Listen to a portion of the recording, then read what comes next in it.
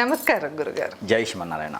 గురుగారు, ఒక్కొక్క రాశికి సంబంధించిన వివాహ యోగం అనగా గురు సంచారం వల్ల వివాహ యోగం అనేది ఉందా లేదా, లేకపోతే కనుక దానికి పరిష్కారం అయితే మనం చెప్తూ వస్తున్నాం. ఇప్పుడు వచ్చేసి చివరిగా మీన రాశి దగ్గర ఉన్నాం గురుగారు. వీళ్ళకి వచ్చేసి ప్రస్తుతం ఏలినాటి శని కూడా నడుస్తూ ఉంది. సో ఈ గురు సంచారం అనేది జూన్ 2వ తారీఖు నుండి మొదలవుతుంది. ఈ గురుడి వల్ల అలాగే ఏలినాటి శని వల్ల వీళ్ళకు ఎలాంటి అంటే వివాహంలో ఏమైనా ఆటంకాలు ఉంటాయా, లేకపోతే వివాహ యోగం అనేది బాగుందా లేదా తెలియజేస్తూ ఆటంకాలు ఉంటే కనుక పరిహారం కూడా చెప్పరా గురుగారు? ఖచ్చితంగా మనకి ద్వాదశ రాశుల్లో ఒకటైనటువంటిది మీనరాశి. ఈ మీనరాశి వారికి మీరన్నట్టుగానే శని సంచారం అనేది నడుస్తూ ఉంది. శని యొక్క అశుభ దృష్టితో ఉన్నారు, వీళ్ళు ఎల్నాటి శనితో బాధపడుతున్నారు. అలానే ఇటు చూసుకున్నట్టు కనుక 12వ స్థానంలో రాహు ఉండటం, ఇది ఒక అపకీర్తి పాలవటం లాంటివి జరుగుతూ ఉంది. ఎందుకంటే 12వ స్థానంలో ఏ గ్రహం అయితే ఉంటుందో అది వీళ్ళకి ఎప్పుడూ కూడా నష్టమే చేకూరుస్తుంది. అలానే రాహు వల్ల ఏమైందంటే కనుక వీరికి తొందరపాటు నిర్ణయాలు తీసుకోవడం. శని ఏం చేస్తాడంటే బద్ధకంగా, శని ఏం చేస్తాడంటే ఇంకా అమాయకంగా, శని మోసపోయే తత్వానికి తీస్తూ ఉంటాడు, చైతన్యాన్ని తీసుకొస్తూ ఉంటాడు. అలానే రాహు ఏం చేస్తాడంటే తొందరపాటు నిర్ణయాలు చేసుకుంటాడు. అంటే ఇప్పుడు సపోజు ఎక్కడైనా ఒక వనరు వస్తుంది, ఒక ₹1 కోటి వస్తాయి అనగానే 10,000 పెట్టుబడి పెట్టే అనగానే ఈ రాహు ఏం చేస్తాడంటే 10 కాదు 20 పెట్టు అని చెప్తుంటాడు. ఈ 20,000 ఎక్కడ ఉండి అప్పు తీసుకురావాలి, తొందరపాటు నిర్ణయంతో అప్పు తీసుకొచ్చి పెట్టేస్తాడు. ఈ పెట్టేసిన తర్వాత శని ఏం చేస్తాడంటే ముందు రాహుని పంపిస్తాడు. శని ఏం చేస్తాడంటే బద్ధకంగా కూర్చోబెట్టాడు, ఆ పని అవ్వదు, పని అవ్వకుండా చేస్తాడు. అంటే పూర్తిగా 20,000 నష్టపోతారు.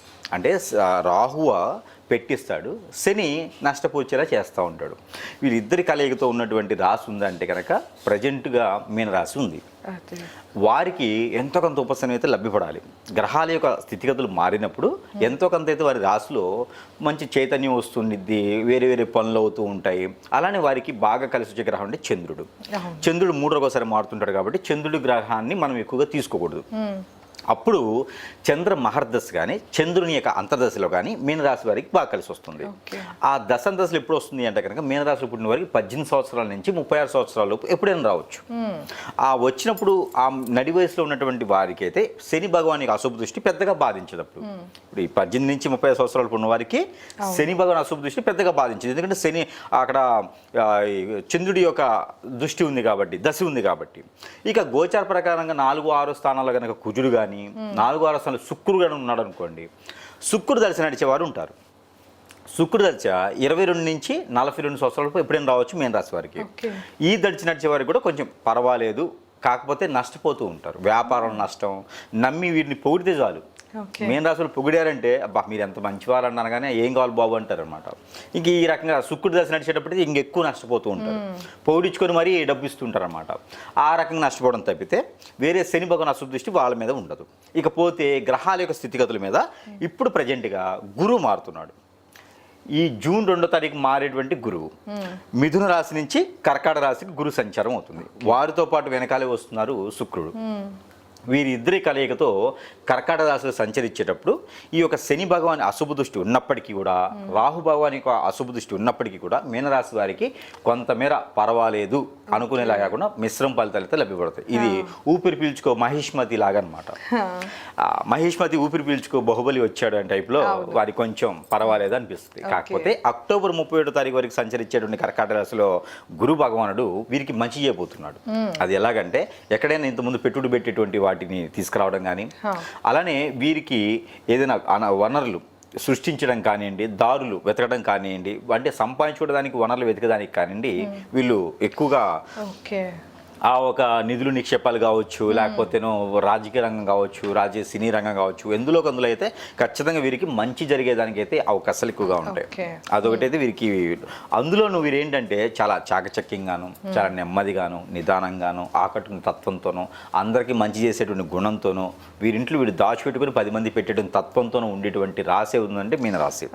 అలాంటి వారికి ఈ శని భగవాన్ అశుభ దృష్టితో కొంతమేర ఇబ్బంది పడుతూ ఉన్నారు. అలా ఇబ్బంది పడుతున్న ఈ గురువు మారడంతో వారిలో బాగా ఎండలు కాసేటువంటి కాలంలో వర్షం పడితే ఎలా ఉంటుందో ఆ రకమైనటువంటి వనరులు వాటికి మళ్ళీ పంట పండించుకోవడానికి నా పొలంలో మొలకలు వచ్చాయి అనుకునే దానికైతే బాగా ఉంటుంది వారికి. కాబట్టి అలాంటి రంగాల్లో కూడా వీరికి అద్భుతంగా ఉంటుంది. కాబట్టి ఇక పెళ్లి యోగ్యత, ఈ పెళ్లి యోగ్యత కావాలి, పెళ్లి చేసుకోవాలి, ఒక్కసారి కూడా పెళ్లి కాని వారికి మాత్రమే ఇది. ఒక్కసారి కూడా పెళ్లి కాకపోతే పెళ్ళి అయ్యి భార్యాభర్తలు విడిపోయిన వాళ్ళు కూడా పరిహారాలు చేసుకోవచ్చు మనం చెప్పేటువంటివి.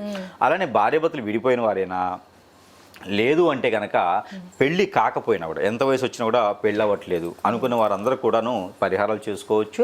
దాంతోపాటు కూడా ఇప్పుడు ఈ యొక్క గురువు సంచారంలో కర్కాటక రాశిలో గురువు రావడంతో, గురువుతో పాటు శుక్రుడు రావడంతో వీరిద్దరి ద్వారా కూడా వీరికి పెళ్లి యోగ్యత అయితే కనిపిస్తుంది. అన్ఎక్స్పెక్టెడ్గా పెళ్లి కూడా అవుతుంది. శని భగవాన్ అశుభ దృష్టి వలన 1-2 రోజులు లేట్ అవుతుంది. కానీ మొండిగా మూర్ఖంగా అమాయకంగా కాదు, మొండిగా మూర్ఖంగా ముందుకు వెళ్ళాలి. ఏదైతే అదైందని దూకాలి. వీళ్ళకి నీకు వనరులు లేవు, నేను నిలదొక్కోలేదు, నేను నిలబడలేదు, జాబులో వెసులుబాటు లేదు, ఇంతే ఆదాయం వస్తుందంటే మనం పెళ్ళి ఇంకా అవదనుకోవాలి. ముందు పెళ్లి గడియ వస్తే పెళ్లి చేసేసుకోవాలి. శుక్రుడు మళ్ళీ కర్కాటక రాశి రావాలంటే 16 సంవత్సరాలు ఆగాలి. మరి 16 సంవత్సరాలకు వీళ్ళు అయితే పెళ్లి చేసుకుంటూ ఎందుకు, కూతులకు కొడుకులకు చేసే వయసు అనమాట అది. కాబట్టి ముందు సమయం వచ్చినప్పుడు ఖచ్చితంగా పెళ్లి చేసుకోవాలి. ఈ ఒకసారి పెళ్ళి అయిందంటే మాత్రము ఇంక చేసుకునే అవసరం లేదు, సరిపోద్ది జీవితానికి. అయితే వీరికి మరొక విషయం ఏంటంటే కనుక ఇలాగ చేసుకునే సందర్భంలో మరొకటి ఏంటంటే పిల్లలు పుట్టేటువంటి యోచన.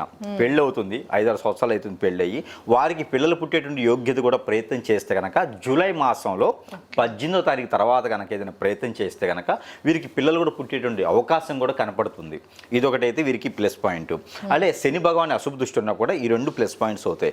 ఇంకా వ్యాపార వృద్ధిలో కానివ్వండి, వీరు ఏదైనా చేయాలన్నా, సాధించాలన్నా, సంపాదించాలన్నా కూడా లాస్ అయినా నష్టపోయినా కూడా మరలా కూడా వీరు ప్రయత్నం చేస్తే డాక్టర్లు గాను, లాయర్లు గాను, అంటే గవర్నమెంట్ సెక్టార్స్లో చేసే ఎన్జిఓస్ గాను, కలెక్టర్లు గాను, లేకపోతే గ్రూప్ 4లో ఎగ్జామ్స్ కానీ, గ్రూప్ 1లో ఎగ్జామ్స్ కానీ రాసి ఉన్నా కూడా, బీఈడీ ఎగ్జామ్స్ రాసి ఉన్నా కూడా వారందరికీ కూడా మంచి అవకాశాలు కల్పించాలి ఉన్నాయి. కాబట్టి ఆ మార ప్రయత్నం చేయాలి. అలానే మెడికల్ రంగంలో కూడా వీరికి చాలా అద్భుతంగా ఉంటుంది. మెడికల్ కావచ్చు, ఆయుర్వేదిక్ కావచ్చు, అల్లోపతి అన్నిట్లో కూడా వీరికి మంచి గుర్తింపు వస్తుంది. కాబట్టి అలాంటి వాటిలో వీళ్ళు ప్రయత్నం చేస్తుంటే గురువు అనేది వాళ్ళకి మంచి చేస్తాడు. వీళ్ళకి ఏ రాసులు వాళ్ళతో బాగుంటుంది అంటారు గురువు గారు?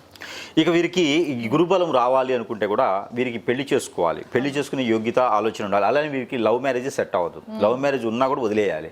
లవ్ ఉన్నా కూడా లవ్ని పక్కన పెట్టేసి అరేంజ్ మ్యారేజ్ చేసుకోవాలి. లవ్ మ్యారేజ్ చేసుకుంటే మాత్రం ఖచ్చితంగా మీనరాశి వారే కష్టపడాలి, మీనరాశి వారే సాధించాలి, మీనరాశి వారే సంపాదించి వాళ్ళకి పెట్టాలి.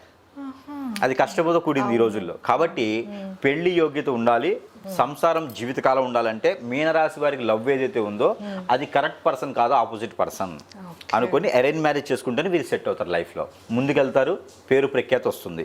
అయితే వీరికి ఏ రాసుల వారిని పెళ్లి చేసుకోవచ్చు.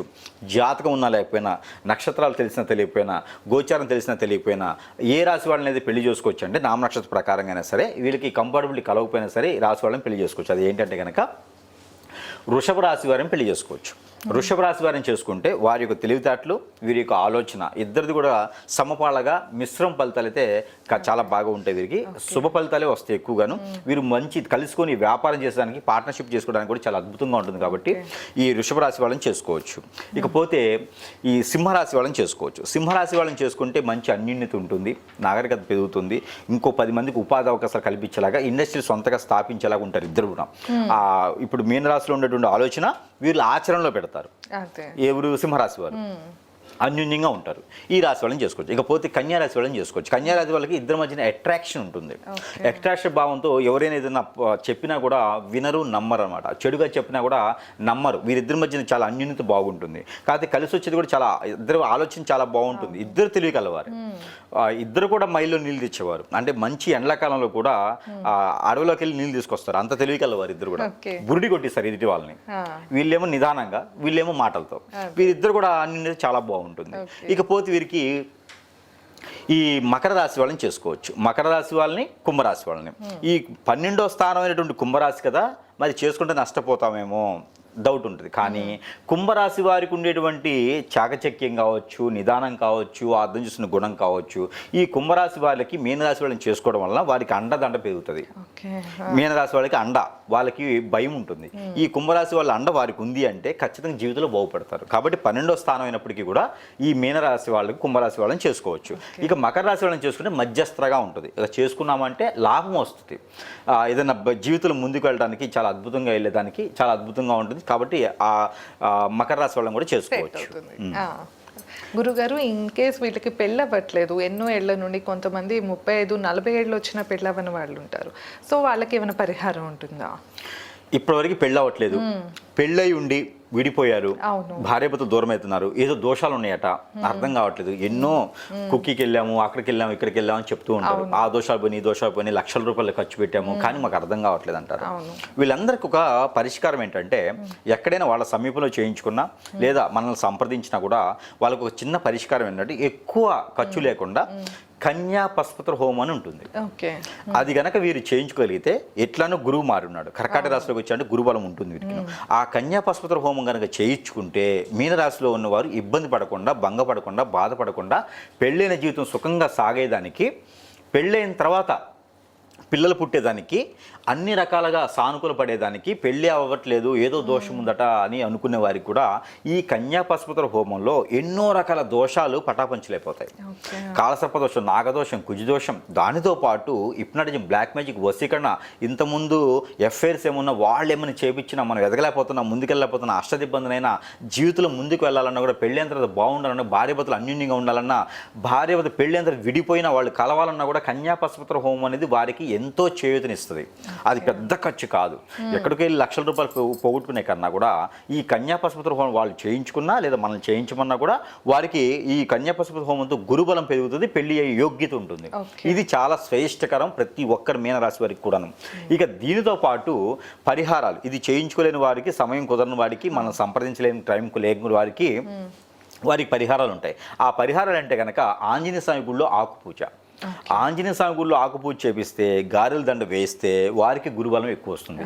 ఆంజనేయ స్వామి ప్రాంగణంలో 11 రోజులు 11 ప్రదక్షిణాలు చేయాలి, రోజుకు 11 సార్లు చేయాలి. అలా చేసినట్టు వారికి గురుబలం పెరుగుతుంది, దోషాలన్నీ కూడా పటాపంచలేకపోతాయి.